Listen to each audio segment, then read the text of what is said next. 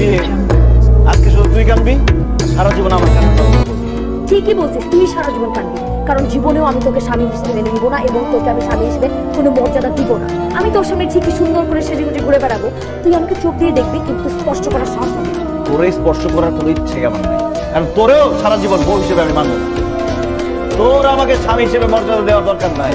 আমার মতো সুন্দর ছেলেরে মর্যাদা দেওয়ার মতো সুন্দর মেয়ের কোনো অভাব নাই। তোরে আমি চ্যালেঞ্জ করতেছি, তোর সামনে আমি অন্য মেয়ের হাত ধরে তুলবো, ওই মেয়ের সাথে প্রেম করবো, ওই মেয়ের স্ত্রীর মর্যাদা দিব, তুই দেখবি আর তুই দেখবি মরবি। আরে যা যা, তোর যা ইচ্ছা তুই তাই কর, আমি তো দেখবো না, জ্বলবো না, কারণ আমি তো তোর সাথে সংসারই করবো না। সময় সুযোগ বুঝে আমি আমার বয়ফ্রেন্ডের সাথে দরজা জানলা খোলা আছে, তুই যেদিক দেখো সেদিকে চলে যা, তোর বয়ফ্রেন্ডের সাথে পালাই যা। আর বউ পালা গেলে মানুষ তো কান্দে, আমি হাসবো, নাচবো, গাইবো, ফুর্তি করবো, এমনকি বউ পালানো উপলক্ষে আমি পার্টি দিব বন্ধুদের। মাত্র আমার বিয়ে হয়েছে, আমি যদি এখন পালাই যাই তাহলে সব দোষ আমার ঘাড়ের উপরে পড়বে। আমি তো সেটা চাই না, আমি সময় সুযোগ বুঝে পালাবো যাতে সমস্ত দোষ তোর ঘাড়ের উপর পড়ে।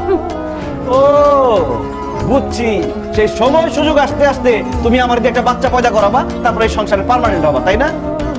সেই সুযোগ আমি তোকে দিব না শয়তান। খবরদার, তুই আমার কাছে আসবি না, আমার থেকে দূরে দূরে থাকবি। আমি তোর থেকে দূরে না, বহু দূরে থাকবো, আর আমাদের মাঝখানে থাকবে এইরকম একটা দেওয়াল। কারণ কি জানিস, তোর ছেলে দেখলে আমার বমি আসে।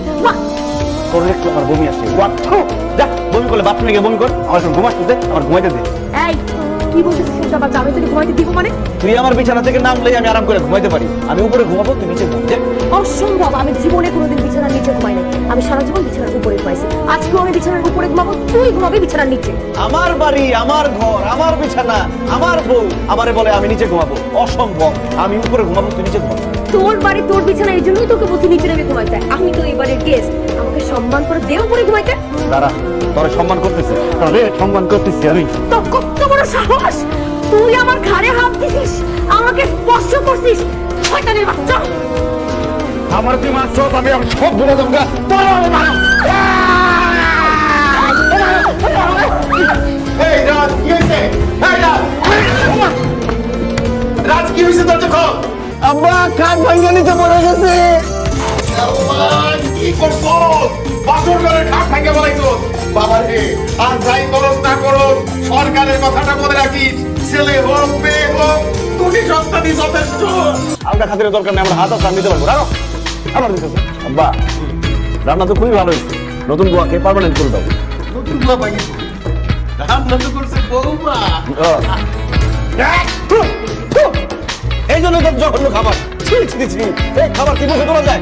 আব্বা এই খাবার মুখে তুলো না, এই খাবার খেলে তোমার পেটে ব্যথা হবে, গ্যাস্ট্রিক হবে, আলসার হবে, ক্যান্সার হবে।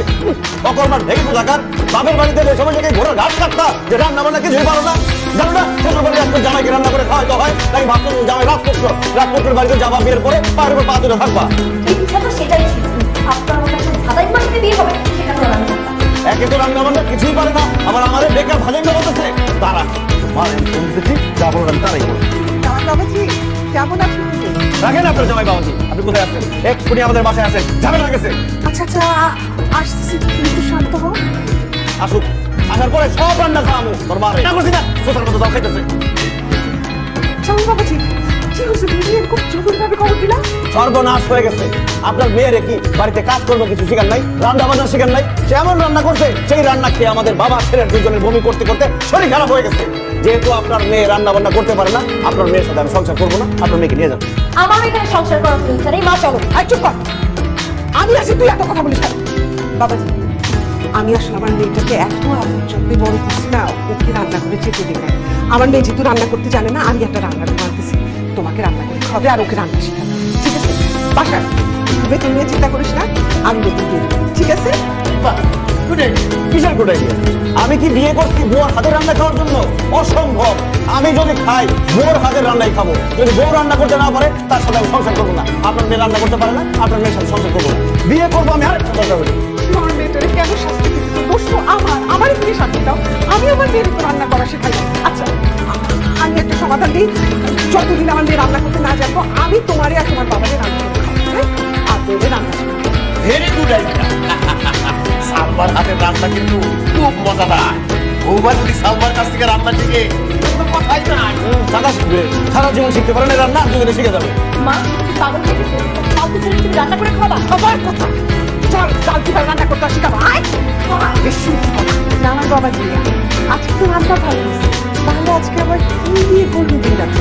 আমি কোনো মিটিং ডাকি নেই আম্মা, আপনার মেয়ে ডাকছে, আপনার মেয়েকে কি ব্যাপার মিটিং ডাকছে আমার তো বিষয়টা কি? বাবা আপনি তো জানেন এখন যুগ বদলেছে, এখনকার যুগের মেয়েদেরকে বাসর রাতে তাদের কাবিনের টাকা দিয়ে দেওয়া হয়। কিন্তু আপনার ছেলে এখন পর্যন্ত আমাকে একটা পয়সা বুঝিয়ে দেন। আপনি আপনার ছেলেকে বলুন আমাকে আমার কাবিনের টাকাটা বুঝিয়ে দিতে, তা না হলে বাবা আমি তার সাথে সংসার করব। আরে এর মোহরের টাকা কি এইভাবে তুই চায়? এইভাবে তো দেয়ও না। বাবা কেউ চায় না সেটা সমস্যা না, কিন্তু আমার এখন টাকাটা লাগবে, আমি টাকাটা চাচ্ছি। আপনার ছেলেকে বলেন আমার কাবিনের 10 লাখ টাকা আমাকে বুঝিয়ে দিন, তা না হলে আমি সংসার করবো। আমি সংসার করবো তোর সাথে? আমি সংসার করতে চাইছি, না করলে তুই যা, সংসার করতে হবে না। রাজ, প্রত্যেকটা স্ত্রীর ন্যায্য অধিকার কাবিনের টাকা। ঠিক আছে, এক মিনিট একটু অপেক্ষা করো, আমি তোমার কাবিনের টাকার ব্যবস্থা করবো। এই নাও তোমার কাবিনের 10 লাখ টাকা। এবার তোমরা দুইজন মিলেমিশে সংসার করো। কিন্তু বাবা এই টাকাটা তো আমাকে আপনি দিন, আপনার ছেলে তো আর দিতে পারবেন না। কিভাবে দিবে আপনার ছেলে? কারণ সে একজন বেকার ভাড়াই না, এখন পর্যন্ত বাপের ঘরে বসে বসে খাইবেন। এরকম বেকার ছেলের সাথে তো আমি সংসার করতে পারবো না বাবা। রিয়া চুপ কর, এসব কি বলছিস তুই? আমি তো ঠিকই বলছি না, বেকারকে বেকার বলছি, ভাতার মাকে ভাতার মা। তাছাড়া তো এই সম্পত্তি তার না, তার বাবার। দুদিন পর যদি বাবার ঘাট টাকা দিয়ে বের করে দেয়, তার সাথে কোথায় গিয়ে আমি সংসার করবো? কাছে তো নয়। সরি মা, বেকার ছেলের সাথে সংসারটা আমার পক্ষে সম্ভব না। আমি কি তোর সাথে সংসার করতে চাইছি? আর একটা বাজে কথা বলবি না আমার সম্পর্কে। যাবে না বাড়ি থেকে। এই রাজ, বৌমা কোথাও যাবে না। বৌমা যা বলছে ঠিকই বলছে। বৌমা তোমার এই সমস্যার আমি সমাধান করে দিচ্ছি। দাও, আমার স্থাবর অস্থাবর সমস্ত সম্পত্তি আমি আমার ছেলেকে দিতে চাচ্ছি। এখন থেকে সবকিছুর মালিক আমার ছেলে, আমি না। সে চাইলে আমাকে বাড়ি থেকে বের করে দিতে পারে, কিন্তু আমি তাকে বাড়ি থেকে বের করে দিতে পারি না। বাবা তুমি এটা কি করছো? ঠিকই করেছে। বৌমা, তোমার শাশুড়ি মারা গেছে অনেক আগে। আমারও যেন শরীরটা ভালো লাগে না। কখন কি হয়ে যায় বলা যায় না। আমি জানি তুমি অনেক দায়িত্ববান। আমার কিছু হয়ে গেলে তুমি আমার ছেলেটাকে দেখে রাখতে পারবে, কারণ আমি তোমার ভিতরে তোমার শাশুড়ির অনেক গুণাগুণ দেখেছি। বাবা রাজ, মানুষ বিয়ে একবারই করে, আর তোর যখন বিয়েটা হয়েই গেছে, তুই বৌমার সাথেই সংসারটা করো। বাবা হিসেবে তোর কাছে আমার এটা অনুরোধ। এত কিছু করে আর যদি একবারও শুনে তুই সংসার করবি না, আমি তোকে আমার মেয়ে হিসেবে পরিচয় দেব। কথাটা মাথায় রাখিস।